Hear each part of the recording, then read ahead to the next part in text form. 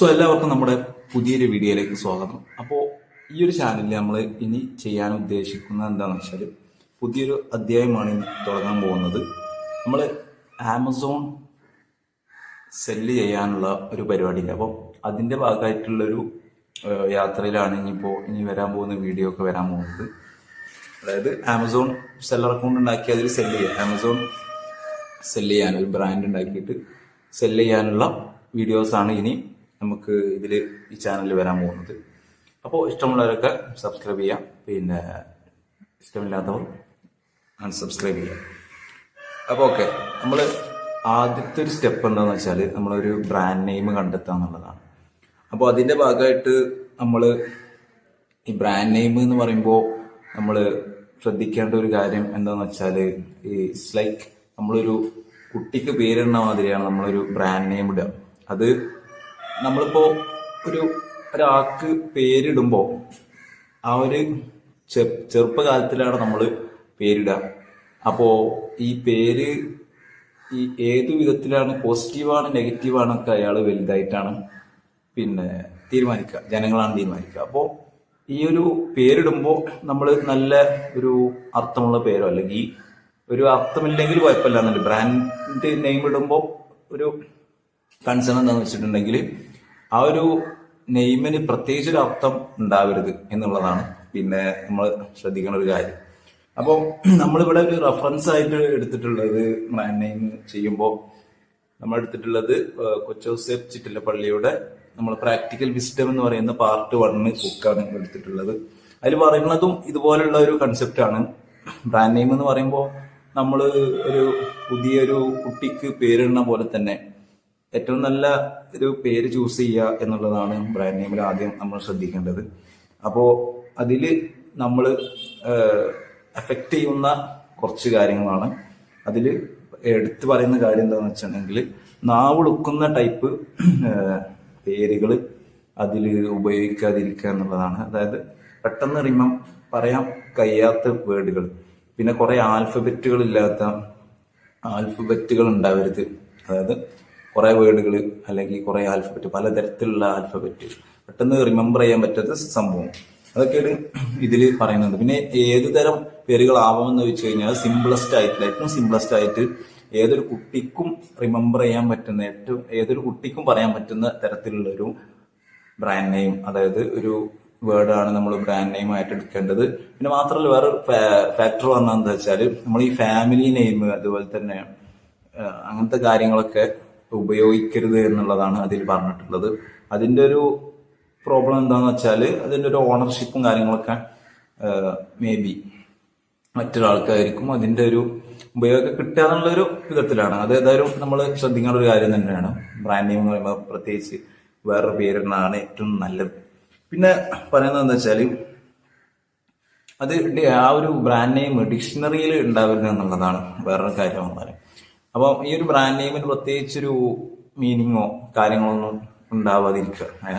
അത് പിന്നെ brand name എന്ന് പറഞ്ഞാൽ ഒരു പിന്നെ ഈ നമ്മൾ ആദ്യം പറഞ്ഞ പോലെ തന്നെ ഒരാൾക്ക് നമ്മൾ പേരിടുകയാണ്. അപ്പം ആ പേരിന്റെ ആ ഒരു പേര് അതായത് ഒരാള് പേര് പറയുമ്പോൾ ഇപ്പോ എന്റെ പേര് പറഞ്ഞെങ്കിൽ ഇപ്പം റബീഹ് എന്ന് പറയുമ്പോൾ വേറൊരാൾക്ക് റബി എന്ന് പറയുമ്പോൾ വേറൊരു കൺസെപ്റ്റ് ആയിരിക്കും. ഇങ്ങനെ പിന്നെ അയാള് പിന്നെ നല്ലതാണോ ചീത്തതാണോ എന്നില്ല ആ ഒരു ടൈപ്പ് ആയിരിക്കും. നെഗറ്റീവ് പോസിറ്റീവ് എന്ന് പറഞ്ഞിട്ടുള്ള ഒരു കൺസെപ്റ്റ് ആയിരിക്കും മറ്റൊരാളുടെ കണ്ണിലുണ്ടാവുക. അപ്പം ആ ഒരു നെഗറ്റീവ് പോസിറ്റിവിറ്റി ഉണ്ടാക്കുന്നത് ആ ഒരു പേഴ്സൺ എന്റെ ലൈഫിലൂടെയാണ് ഉണ്ടാക്കുക.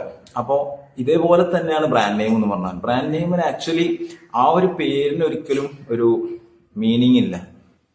അപ്പം ആ ഒരു ബ്രാൻഡിന്റെ മാർക്കറ്റിലെ പെർഫോമൻസ് അനുസരിച്ചാണ് കൺസ്യൂമേഴ്സ് ഈ ഒരു ബ്രാൻഡിന്റെ ഒരു വാല്യൂ നിശ്ചയിക്കുന്നത്, നെഗറ്റീവ് ഓർ പോസിറ്റീവ് എന്ന് നിലക്ക് നിശ്ചയിക്കണം. അപ്പൊ ആ ഒരു കൺസെപ്റ്റ് വെച്ചിട്ടാണ് നമ്മൾ ബ്രാൻഡ് നെയിം ഇടുക. ഒരിക്കലും ഇങ്ങനെ മീനിങ്ങോ അങ്ങനത്തെ കാര്യങ്ങളൊന്നും നമ്മൾ നോക്കേണ്ടിയല്ല എന്നുള്ളതാണ് പിന്നെ ഇതിൽ പറഞ്ഞിട്ടുള്ളത്. പിന്നെ നമ്മൾ ഈ ബ്രാൻഡ് നെയിമിൽ നമ്മൾ ശ്രദ്ധിക്കുക, നമ്മൾ മെയിനായിട്ട് സെല് ചെയ്യാൻ ഉദ്ദേശിക്കുന്നത് പിക്കിൾ ഐറ്റംസ്, ഉപ്പിലിട്ട ഐറ്റംസ് ഒക്കെയാണ് നമ്മൾ സെല് ചെയ്യുന്നത്. അപ്പോൾ ആ ഒരു കാര്യത്തിൽ നമ്മൾ ബ്രാൻഡ് നെയിം ഇടുമ്പോൾ നമ്മൾ ഇവിടെ സെറ്റ് ചെയ്ത് വെക്കുന്ന ഒരു ഇതുണ്ട്, റിക്വയർമെന്റ്സ്.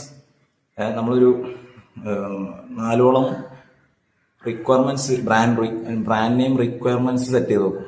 അതായത് ഒന്നാമത് ഈസി ടു പ്രൊണൗൺസ് ആണ്, നേരത്തെ പറഞ്ഞ പോലെ പെട്ടെന്ന് റിമെമ്പർ ചെയ്യാൻ പറ്റുന്ന ടൈപ്പാണ്. അതുപോലെ തന്നെ നോട്ട് ഇൻ ഡിക്ഷണറി ഇല്ലാത്ത വേർഡ് ആയിരിക്കണം. പിന്നെ കേരള സ്റ്റൈലാണ്. കേരള സ്റ്റൈല് ആക്കുന്നതിന്റെ ഒരു ഫാക്ടർ എന്താന്ന് വെച്ചിട്ടുണ്ടെങ്കിൽ, ഈ കേരളം പ്രത്യേകിച്ച് ഒരു ഗുഡ് ഇമേജ് കേരളത്തിനുണ്ട് പുറത്തായാലും. അപ്പം അതിന്റെ ഒരു ഫാക്ടർ വെച്ചിട്ടാണ് നമ്മൾ കേരളത്തിന്റെ ഒരു റിലേറ്റ് ചെയ്തിട്ട് ഒരു നെയിം നമ്മൾ നോക്കുന്നത്.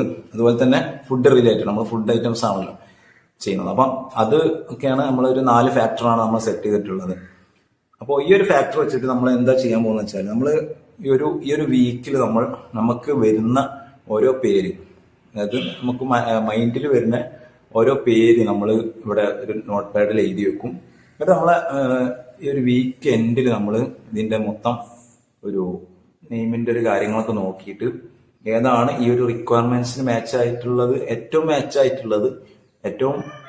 ആപ്റ്റ് ആയിട്ടുള്ളത് ഏതാണോ ആ ഒരു നെയിം എടുക്കും എന്നുള്ളതാണ് നമ്മൾ ഈ ഒരു എപ്പിസോഡിൽ, ഈ ഒരു വീഡിയോയിൽ നമ്മൾ ചെയ്യുന്നത്. അപ്പൊ ഇനി അതിന്റെ കാര്യങ്ങളൊക്കെയാണ് ഇനി അടുത്തതിൽ വരിക.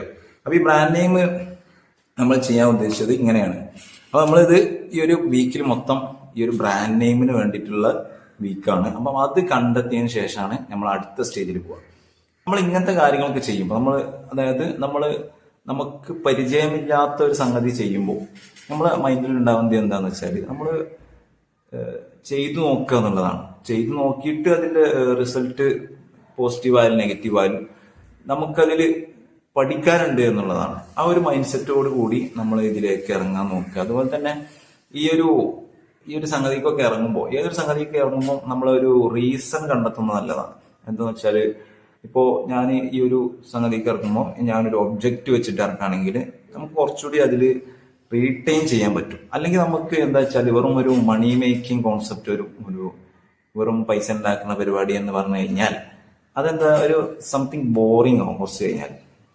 അതായത് ഈ ലോകത്ത് പൈസ ഉണ്ടാക്കാൻ കുറേ വഴികളുണ്ട്, പക്ഷെ അപ്പം നമ്മൾ ഈ ഒരു വഴി തിരഞ്ഞെടുത്തു, അപ്പം ഈ ഒരു വഴിയിനെക്കാട്ടിലും വേറൊരു വഴിയുണ്ട് എന്ന് നമുക്ക് മനസ്സിലായി കഴിഞ്ഞാൽ നമ്മൾ അങ്ങോട്ട് ചാടും. അപ്പം ഇതിലൊരു റീറ്റെയിനബിലിറ്റി നമുക്ക് കിട്ടൂല. അപ്പൊ അത് കിട്ടാൻ ഏറ്റവും നല്ലത് നമ്മളൊരു റീസൺ സെറ്റ് ചെയ്ത്, അല്ലെങ്കിൽ ഒരു ഒബ്ജക്റ്റ് സെറ്റ് ചെയ്ത് വെച്ച് കഴിഞ്ഞാൽ നമ്മൾ ആ ഒരു ഇതിൽ റീറ്റെയിൻ ചെയ്ത് പോകും എന്നുള്ളതാണ് എനിക്ക് മനസ്സിലാക്കാൻ പറ്റിയ ഒരു കാര്യം എന്ന് പറഞ്ഞാൽ. അപ്പോൾ നിങ്ങൾ ആരെങ്കിലുമൊക്കെ ഇൻട്രസ്റ്റഡ് ആണെങ്കിൽ ഫോളോ ചെയ്യുക, സബ്സ്ക്രൈബ് ചെയ്യുക. അപ്പോൾ അടുത്ത വീഡിയോയിൽ കാണാം. നമ്മൾ ഈ ഓരോ ഘട്ടവും നമ്മൾ ചെയ്യാൻ ഉദ്ദേശിക്കുന്നുണ്ട് ഇൻഷാ അല്ലാഹ്. അപ്പോൾ നെക്സ്റ്റ് വീഡിയോയിൽ കാണാം.